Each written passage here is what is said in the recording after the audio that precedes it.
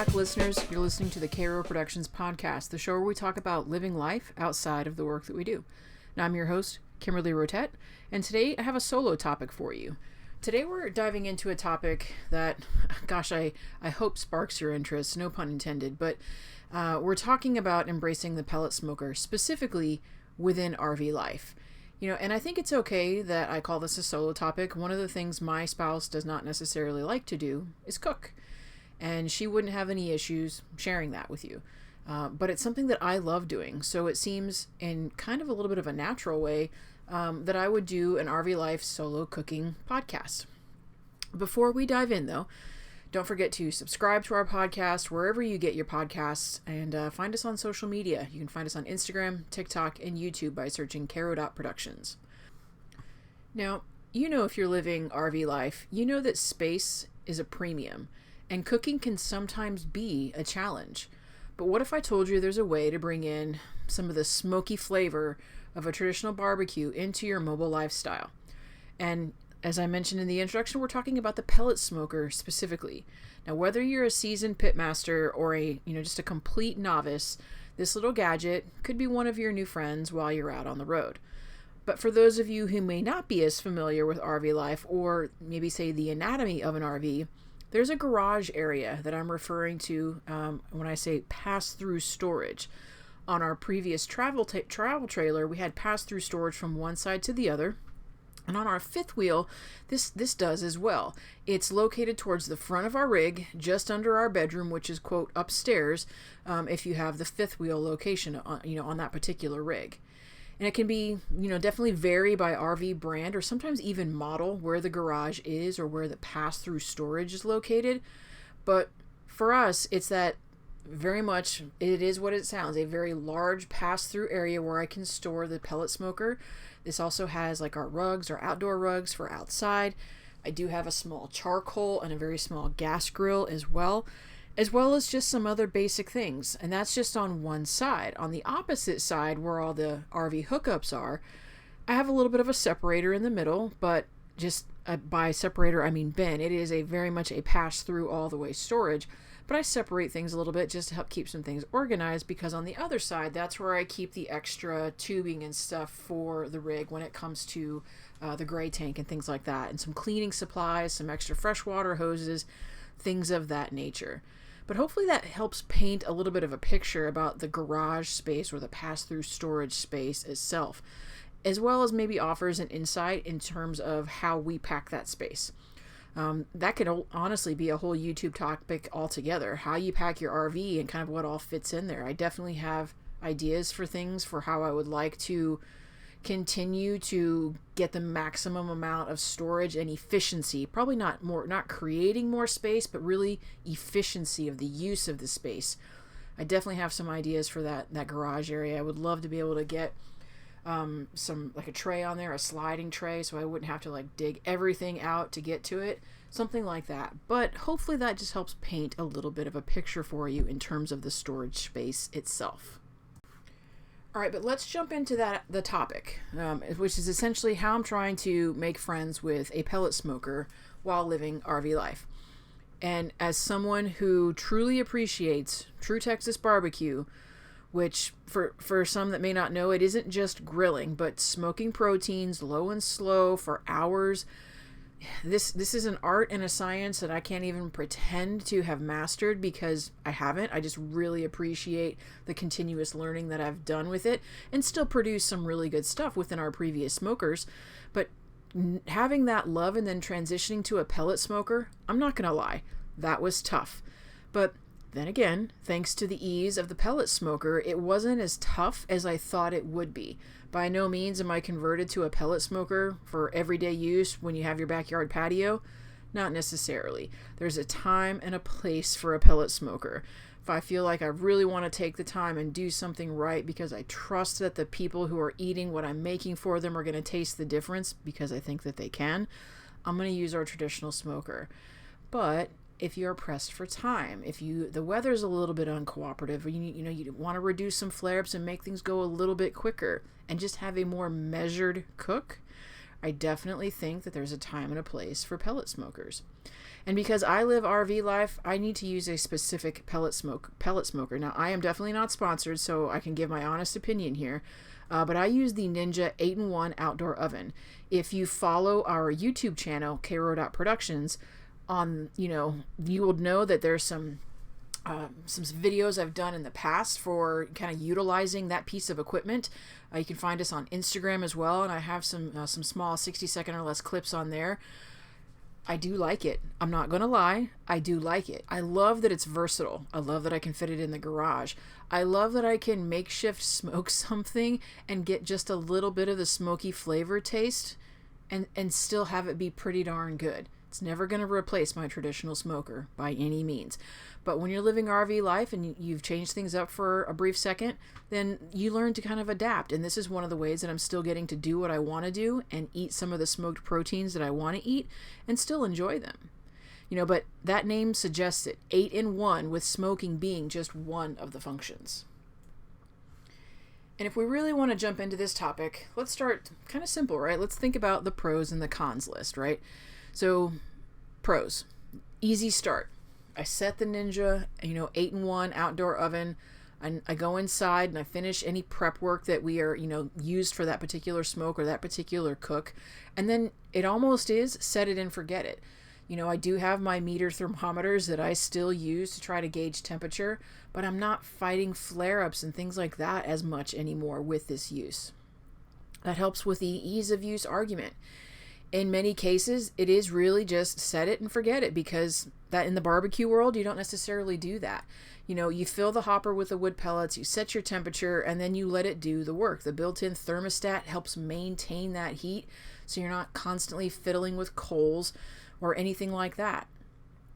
I think that this does help then, help reduce the risk of flare-ups when it's, when there are conditions that it's a little bit harder to control temperatures, and I think that overall, this helps save a significant amount of time. I definitely prefer the low and the slow, but I definitely think that there are also those times in which the pellet smoker can just make just a little bit more sense. When I'm in a hurry, when the weather's not cooperative, when maybe I do want to eat whatever it is protein I want to make, but I just don't have the time to be outside, kind of babysitting the barbecue all afternoon or sometimes overnight. Now, I'm going to use my traditional smoker when I smoke Christmas Eve brisket, and I'm going to be babysitting it most of the night. I am under the impression that the people that I'm serving this food to can feel the love and the work that went into it. I trust that. So I do appreciate that part of the process. But I definitely think that it is an awful lot of work, and sometimes you just don't always have the time to dedicate to doing it quote unquote the right way. But with all those other factors, I think that versatility with just this 8-in-1 option is pretty darn hard to beat. With that pellet smoker, I can still smoke things, I can bake things, I can roast things, I can braise things. It even has a pizza oven setting on there, so I definitely can roast some veggies or even bake a pie in there. Just all those things that are just kind of like campsite easy things to do. You may not always have the ability to cook over an open flame, which I also certainly prefer, but if you're out at a resort or you're out camping, and I live in Texas, and sometimes there are burn bans and we're not all allowed to start actual fires. I've definitely used that pizza oven on more than one occasion. It came with this homemade pizza stone came with this pizza stone that you would put in there. And that just helps with some really great consistency when it comes to a lot of your pizza doughs. So there are an awful lot of what I think are pros to this particular product. There are some cons as well. Specifically, some of those cons living in the RV, this Ninja 8-in-1 requires electricity. Living RV life, this can sometimes be a frustration, particularly when you're trying to ration wattage. I'm stationary right now. I'm plugged in. I have both of my ACs running. I'm not necessarily trying to ration wattage, but, sometimes I can give you the hint of don't have both your ACs running on a 50 amp rig and then think you're going to not make the inside warm because you can just make pizza outside. that may not always work. Because it does require a significant amount of wattage, and sometimes that can just be a little bit challenging. The wattage, the outlet that I have on the exterior of our rig is an inverted solar panel. So yeah, that's great that I'm not necessarily pulling from, with that particular outlet, I'm not pulling from the wattage, where we're plugged in with shore power, but it is pulling an awful lot of wattage from the solar itself. And sometimes when you're running both of them at the same time and you have a little bit of a surge, or because I do have a 50 amp rig and AC kicks on, it does make a difference sometimes. So thinking about how you're balancing wattage distribution when it comes to electricity with this thing can be sometimes a discussion. It can be a con in that case for me. I sometimes feel like it's just a little bit cheaper when I think about the cost of lump charcoal versus some of those flavored pellets. Now, I can run to the store and I can get some lump charcoal and a big bag of mesquite. And I don't use that entire bag of mesquite when smoking an entire brisket. So I'll have it again for the next cook. But those flavored pellets for the pellet smoker, they're not necessarily cheap.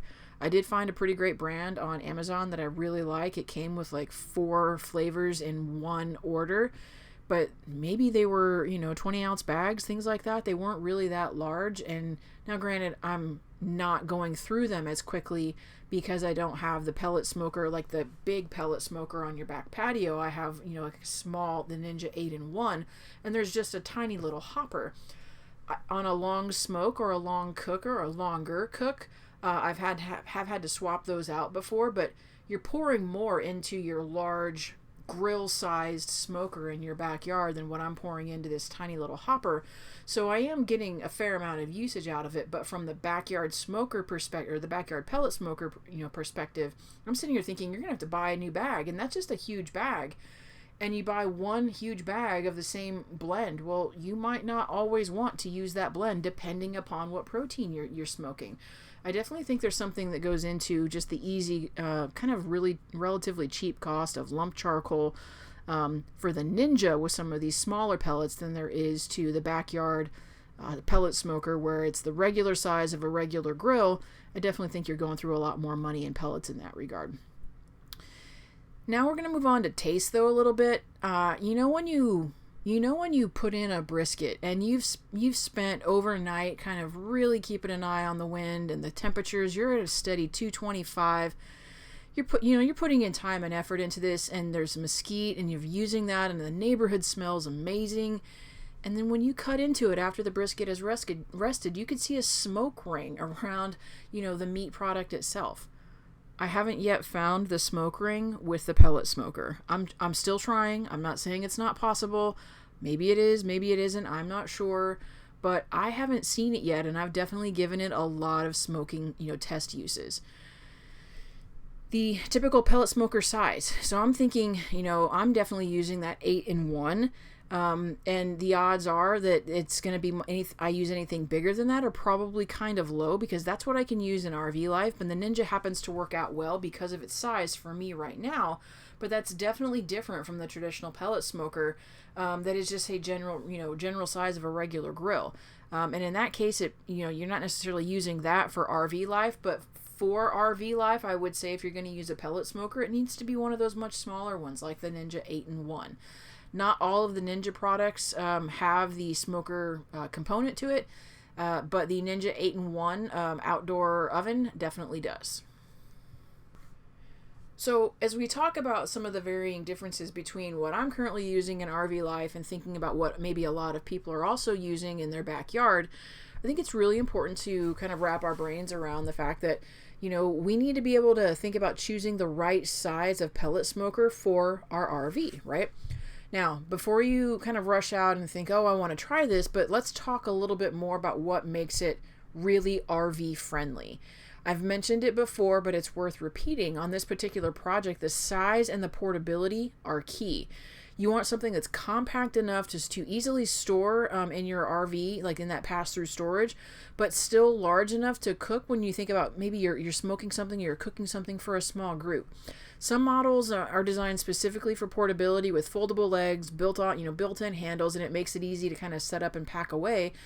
The one that I'm using is that Ninja 8-in-1. It fits in the back seat. It fits in the back seat of the Jeep. Now, if you follow our YouTube channel, you know that when we got the bigger rig, one of us had to get a bigger truck, so I got rid of my 1500 truck and I went back down to something smaller just so that we could absorb the cost of a much larger truck to pull the new rig. Well, I don't have a whole lot of space in the back of my Jeep, but when it comes to putting my dog back there and making sure she has plenty of room, and then packing up the rest of the car, with just a bag of dirty laundry, the dog's food, and my work bag, kind of go to San Antonio for the weekends because we still split time Monday through Friday. The back of my Jeep gets pretty darn full, but I can still put that Ninja 8-in-1 back there, and I can take it up to San Antonio if we want to try something a little bit different. And we've tried multiple recipes with this particular thing. I do have the regular smoker in San Antonio, but sometimes when you're cooking outside, I can have something in the smoker, and I can also have something in the Ninja 8-in-1, which when we're feeding people around the holidays, I've tried it. I definitely was really happy to have had it. But in addition to the size and the portability discussion, something else we also kind of touched on, and it's a really big deal when you think about what makes this particular pellet smoker RV friendly, and that's the power source. Most pellet smokers need electricity to operate, and the digital controls and the feed pellets, like these are, this means you'll need access to a power source, whether that's your RV's electrical system, a generator, or a campsite hookup. I mentioned that outlet that we have on the exterior of our rig, that one is inverted, so it's hooked up to solar. And while I can't tell you exactly how many amps it draws specifically, I haven't tested it alone because there are other solar inverted outlets throughout the rig, and I have other things hooked up to them. I haven't taken all those other things off yet just to know how much power we're pulling. But like I said, when you're having to balance between shore power and the solar right now, which we are, it cannot be 100+ degree day outside, and I can be plugged in, and I am plugged into shore power, and my two ACs are working and trying to keep the inside of the RV cool. It doesn't do too bad, but it's definitely working pretty hard. It's not a good idea at that point to go plugging in extra things to these inverted solar outlets, because you can, and I have kind of just tripped something and turned everything off, and then had to go unplug some stuff and then kind of just plug back in to figure out that right balance. And I won't lie, as much as I don't dislike Ninja products, the Ninja air fryer, same thing. I actually unplug other things inside the RV when I'm plugging in my Ninja air fryer. So there are definitely some important factors when we think about how we're choosing what we want to use in order to make it RV life friendly. But okay, so we've talked about some of the challenges of space with RV life. We've talked about some of our options for the types of pellet smokers and certain types of decisions that we know that we need to keep in mind when we're choosing which pellet smoker is right for us. But I want to talk a little bit, if I can, because the fun part, right? The recipe testing. So I want to talk a little bit about some of the things that I've made that, even though I would I would still prefer the traditional smoker, charcoal with the wood chunks, for wood chunk kind of to correspond with whatever my protein is. I can't lie. I swore up and down for the longest time I would never get a pellet smoker. In fact, I honestly think it's cheating. I said it, it's out there, but I really feel like it's cheating. Now, am I glad to have it right now because it makes, RV life, and I still get to have some of those things that I liked so much when we had our sticks and bricks? We still have the smoker. It's tucked away nicely up, and it's definitely getting some use, but just weekend use. Not as many weekend uses now because of, RV life and life in San Antonio. But I'm happy to have both. But the recipes are still good. We're still talking about finding some good recipes and things that work out really well for this particular product. Now, I have made a brisket flat in there. It's not big enough for me to make a whole brisket, so I save the whole brisket for, the smoker in San Antonio, and whenever I need to make a whole brisket, that's just what I use for that. So that 8-in-1, it's not huge, but it definitely fits in the RV garage, but it's still big enough to smoke either the point or the brisket flat. And because I'm a true, transplant Texan, some of those things that I first tried in the smoker. I knew I needed to test it out with a brisket, and you can test it out with a point. The point is a lot more forgiving, I think, than the lean portion of the brisket. So I tested it with the lean.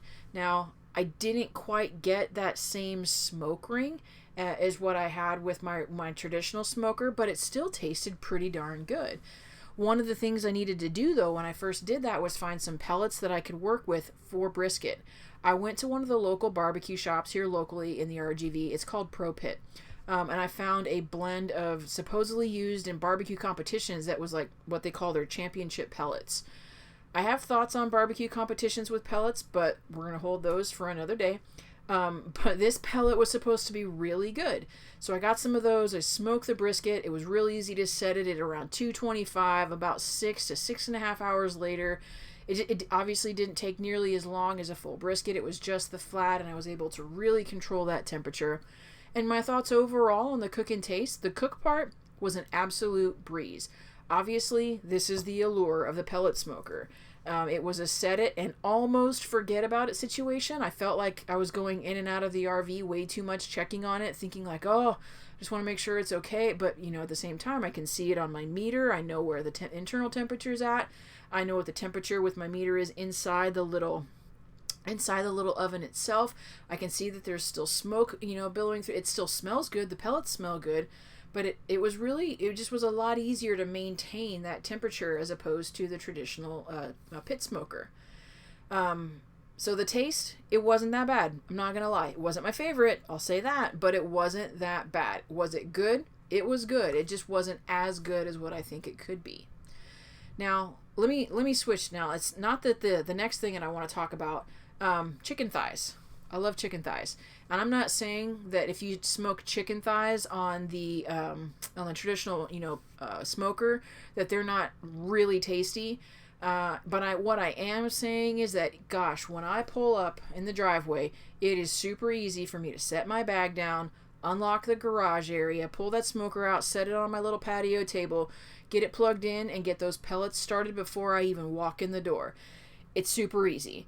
Because admittedly it's so simple, it's become one of my go-to favorites, and I actually still, almost over a year later, make this quite often. A tray of smoked chicken thighs only takes about an hour at around 350 or so. It was super easy to come home from the office, the day job, get that smoker set up and the chicken going. I take the puppy for a walk, and by the time I get everything cleaned up and the side dishes ready, the chicken thighs are done for dinner. And because I make this as often as I do, I vary the seasonings a little bit with each smoke. So going back to those pellets that I found on Amazon, I'll see if I can't remember to leave a link in the description. But there are these four bags, so these 4 flavors in one, essentially purchase. So I vary that up a little bit. And I'll definitely try to leave some links in that, but I think they're called Kona pellets.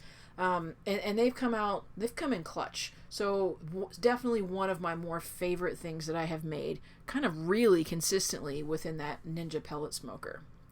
Smoked tilapia was also a really fun one, and I really enjoyed the results. I got some fresh tilapia from my local grocery store, and I just put some seasoning on it, and I smoked it, and it went into some corn tortillas for tacos later. Super simple, and it was just one of the things that I could do to try to experiment with something different. It was really pretty great. I made, probably for the first time, haven't even done this on the traditional pit yet, smoked turkey legs and armadillo eggs, and I did this for Super Bowl Sunday. Because part of RV life, part of the allure is indoor-outdoor living. I did that too when we were living in our sticks and bricks. We had a great little, patio set up with a couch and the TV and the pool in the background. It was wonderful, but I still wanted to be able to maintain indoor-outdoor living. And when I'm doing these types of smokes and it's, February in South Texas, it's not that hot out. The TV's outside and I can sit down and watch the football game outside too. And as I was watching and even getting ready for the game, I made smoked turkey legs and armadillo eggs. Smoked turkey legs, those things kind of like make you feel like you're walking around the Renaissance Festival. Just a really easy dish to make. But the armadillo eggs, let me go back to those. If you're not familiar for them, they're definitely not good for you, but they're super tasty. Think stuffed jalapenos with cheese, a cheese of your choice, and you're making an egg shaped around the stuffed jalapenos with pork sausage. and then you're wrapping that, that pork egg, if you will, with bacon. Like I said, it is not at all healthy for you, but it was super tasty, and I was pairing it with turkey legs, and it was for, kind of a special occasion. Neither of my teams were in the Super Bowl, but I still wanted to watch. But you get the idea. I was still able to do this and still enjoy these things, even though I didn't have my traditional pit smoker. So I hope these ideas are helpful to you. It's certainly nothing revolutionary, but hopefully you can hear the passion in my voice when I talk about cooking and smoking, like, proteins and things like that. I actually, just this past weekend, I smoked in the traditional smoker at the house in San Antonio, a brisket, a brisket flat. I definitely missed it and can't wait to do the whole brisket for Christmas again, but I definitely missed it. But I have grown appreciative of the pellet smoker as I kind of embrace RV life in a little bit more simpler form of life, where I'm living and working now. Again, we split time Monday through Friday. So I definitely appreciate it, but I appreciate the nod to barbecue, not necessarily the full, but the nod to barbecue. And honestly, with a pellet smoker, I don't really put a whole lot of extra things in there, but I just, on my way back into town the other day from San Antonio, I stopped at the grocery store. I got some chicken thighs, so what's going into the pellet smoker at some point this week. So I'm really excited about that, and I appreciate the opportunity to continue to learn more recipes. I would love to hear more about the types of things that you guys might put within your pellet smoker. I'd love to hear more commentary about if you guys are in your sticks and bricks and you love the pellet smoker just because it makes it a little bit easier. I'd love to hear those success stories as well. And any type of dialogue when it comes to the cooking and smoking of things, I'm probably truly going to appreciate. But hopefully this particular segment, one, it was just fun for me to kind of reminisce about my first little over a year with the pellet smoker and the things that I've done with it and some of the successes that I've had, as well as kind of pay tribute to it's okay that I like the traditional pit smoker better, but still really have found a newfound appreciation for the small pellet smoker that I have doing RV life. Until next time, I hope you guys continue to join us. You can find some additional podcasts on kro.Productions, whether that be the YouTube channel, Instagram. You can also certainly like and subscribe wherever you find your podcasts. And until next time, remember to live life outside of the work that you do.